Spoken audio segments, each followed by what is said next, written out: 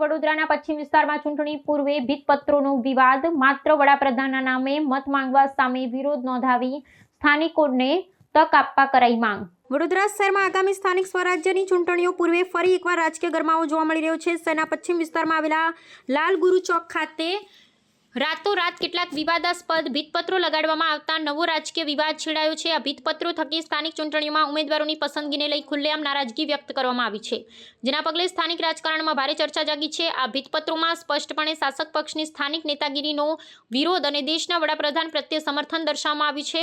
લખાણમાં આક્રોશ સાથે પ્રશ્ન ઉઠાવવામાં આવ્યો છે કે સ્થાનિક સ્વરાજ્યની ચૂંટણીમાં સ્થાનિક લોકોને પ્રાધાન્ય આપવાને બદલે માત્ર વડાપ્રધાનના નામે ક્યાં સુધી મતો માંગવામાં આવશે।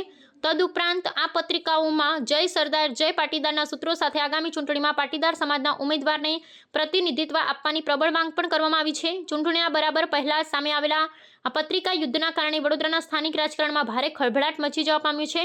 પક્ષના જ અથવા તો સ્થાનિક નાગરિકો દ્વારા ઉમેદવારોની અવગણના અંગે ઉઠાવવામાં આવેલા સવાલોને પગલે શાસક પક્ષના નેતૃત્વ માટે અકળામણ ઊભી થઈ છે। આ ઘટના સ્પષ્ટપણે નિર્દેશ કરે છે કે આગામી દિવસોમાં જ્ઞાતિગત સમીકરણો અને સ્થાનિક ઉમેદવારોની પસંદગી રાજકીય પક્ષોના મોવડી મંડળ માટે એક મોટો પડકાર બની રહેશે।